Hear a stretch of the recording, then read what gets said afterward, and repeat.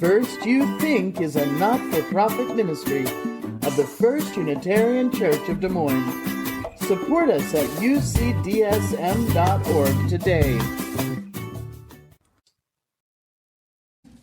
Hello, my name is Paige. My second favorite thing about being in the military was not having to fret over what to wear to work. Despite the uniformity goals of the military, I learned through my time as a weather forecaster that differences make the world go round.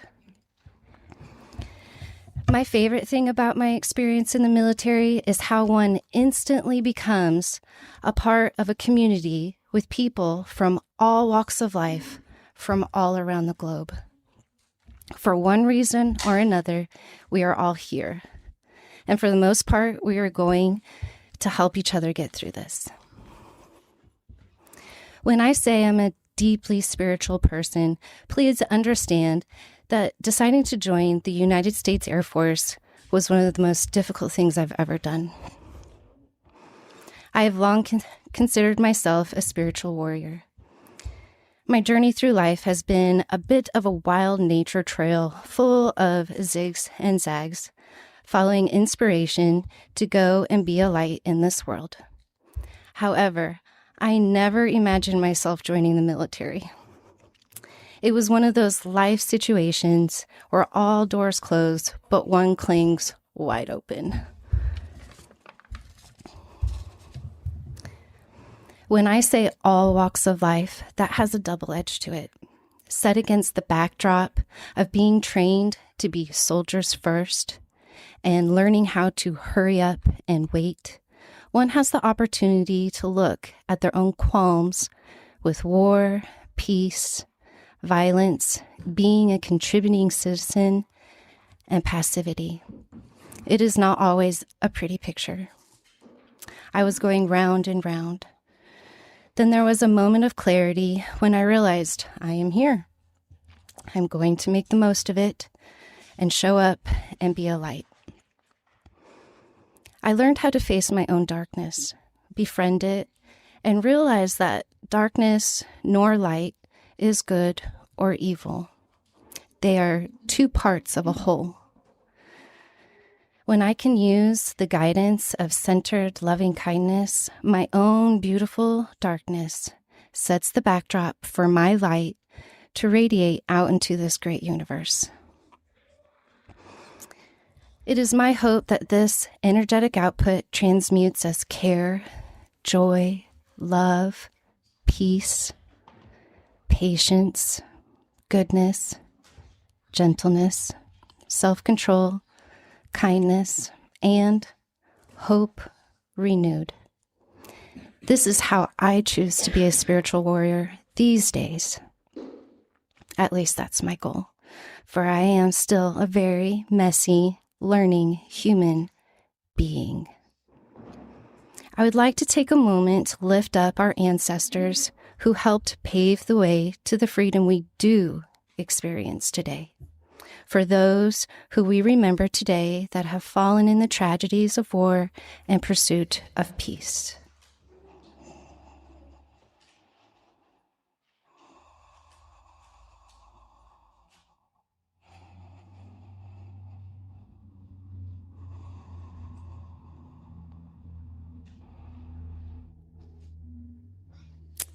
I am so grateful to be a part of this beautiful, dramatically diverse, yet connected community. May we be lamps unto each other. Blessings to you and yours. We're all affected by events that occur in our lifetimes.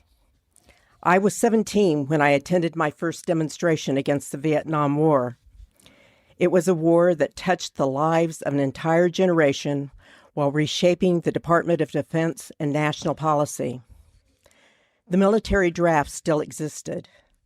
Young men could be called up and sent to fight in Vietnam without their permission. This was an unpopular war, which seemed to be a conflict between North and South Vietnam. It made a little sense to U.S. forces to be sent to Vietnam to, quote, fight for your country.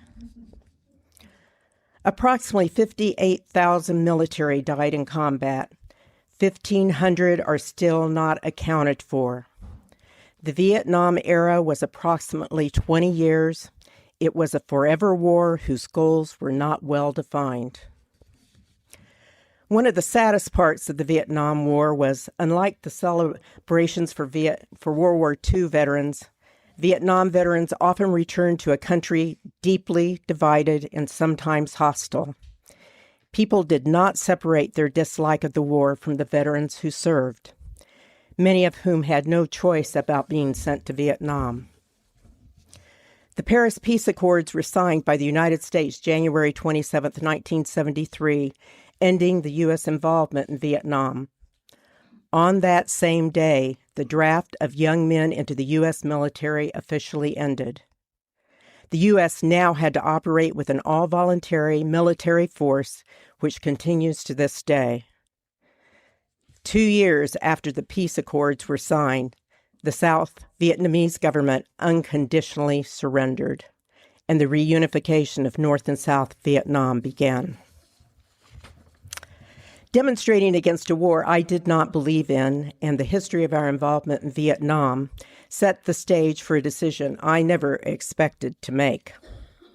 However, I will say for another time how I happened to join that all-voluntary military force. But 7 years later, I was an ensign in the Navy stationed in Washington, D.C. Because of the hostility toward Vietnam veterans, in D.C., we wore uniforms only once a month. We were to just blend in with the general population and not draw attention. The biggest engagement while I was on active duty was Desert Storm, a war that lasted 43 days with our allies, and the purpose was to drive Iraq out of Kuwait. When that was done, the war ended. The lessons learned from Vietnam carried through the 23 years I was on active duty. Have a well-defined mission and stop when that mission is complete. I essentially served in a peacetime military because of the lessons learned from Vietnam. I retired as a captain, Navy captain, August 1st, 2001. 42 days later, 9/11 occurred. Amid the shock and grief, the lessons learned in Vietnam seemed to be forgotten.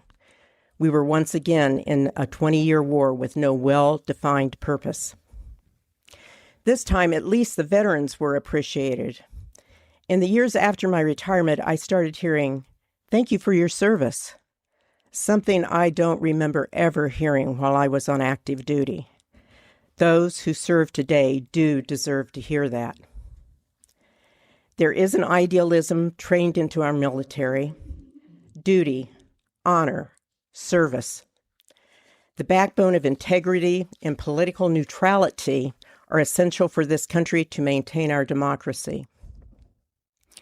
The knowledge, camaraderie, travel, adventures, and responsibility of my active duty days shape me and will always be part of who I am.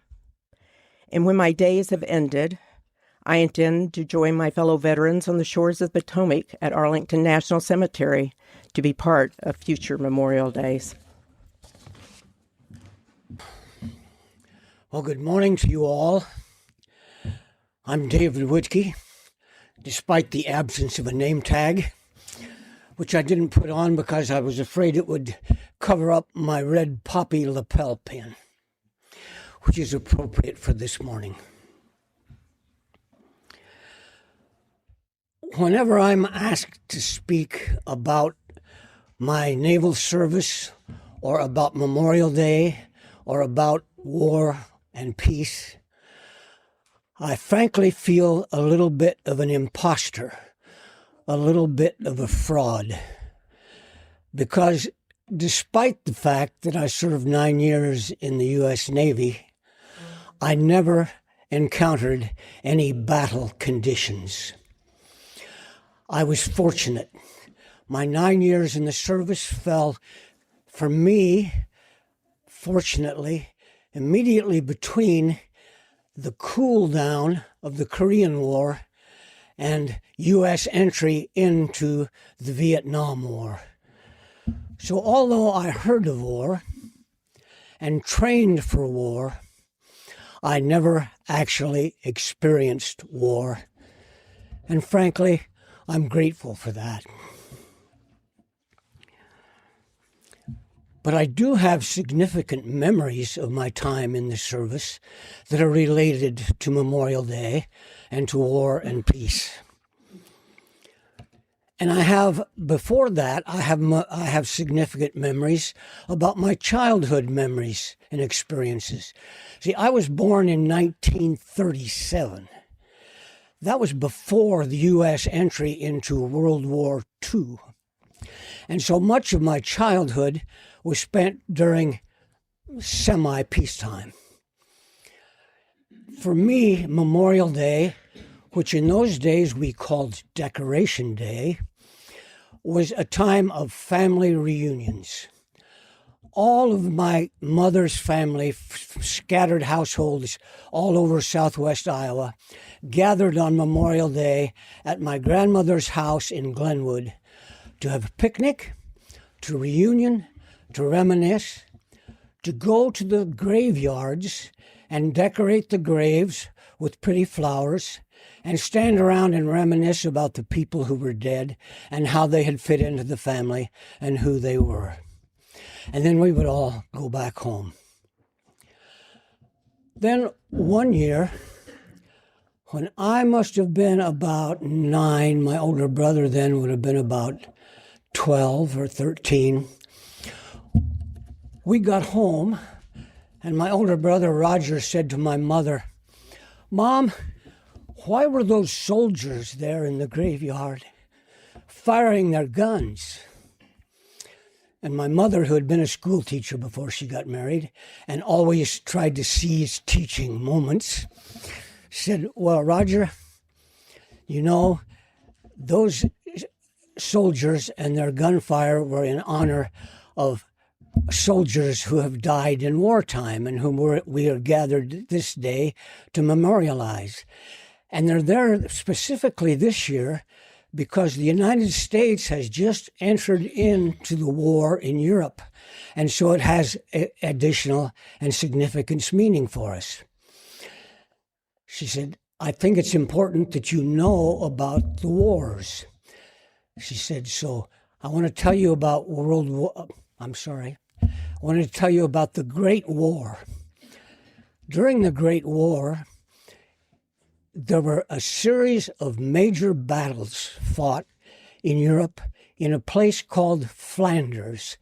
Flanders was a swampy and meadow area in Belgium between France and Germany.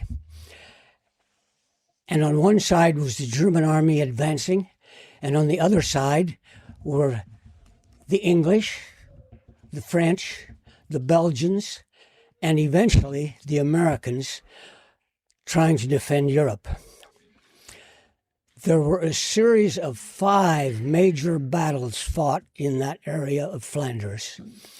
In one of those battles alone, the biggest of the battles, there were over, counting both sides, there were over 850,000 casualties. Excuse me.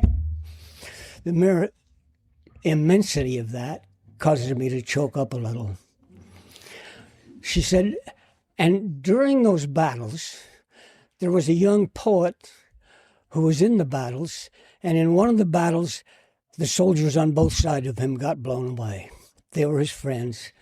And so the next day, while the battle was raging, the next day during a pause in the battle, he sat down and wrote a poem about the war.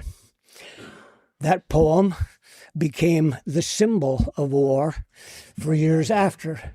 And it's where the idea of the red poppy comes from, that the veterans of foreign wars and the American Legion distribute at this time of year, still to this very day. She said, "I want to read you this poem by this poet because I think it's a good education for you and may make an impression on your mind. Well, it did make an impression on my mind, as you can tell, because I still remember it. And if I choke up a little while reading it, part of it's due to the poem, and part of it is due to my memories of my mom reading it to us boys. But here it goes. In Flanders fields, red poppies blow, between white crosses, row on row. The crosses mark our place, while in the sky the larks, still bravely singing, fly scarcely heard amid the guns roaring below. We are the dead. Short days ago we lived, felt dawn, saw sunset glow, loved and were loved. And now we lie in Flanders fields. To you who live, we pass the torch of freedom. Be yours to hold it on high. If ye break faith with us who die, we shall not sleep, though poppies grow in Flanders fields.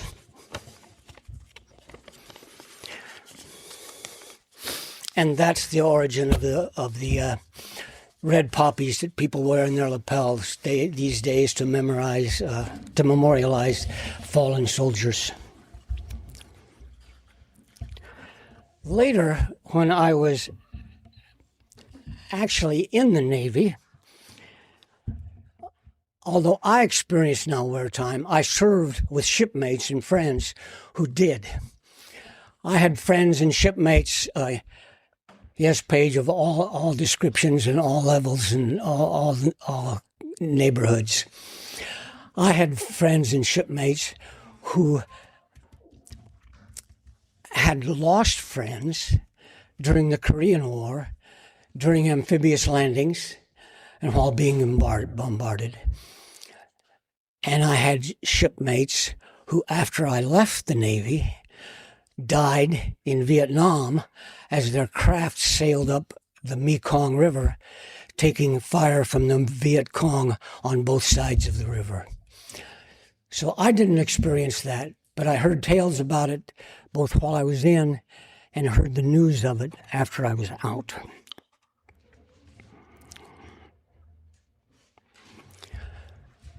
Still later, I have significant memories of Memorial Day that were generated here in this church. One was John Isom's sermon that you heard read.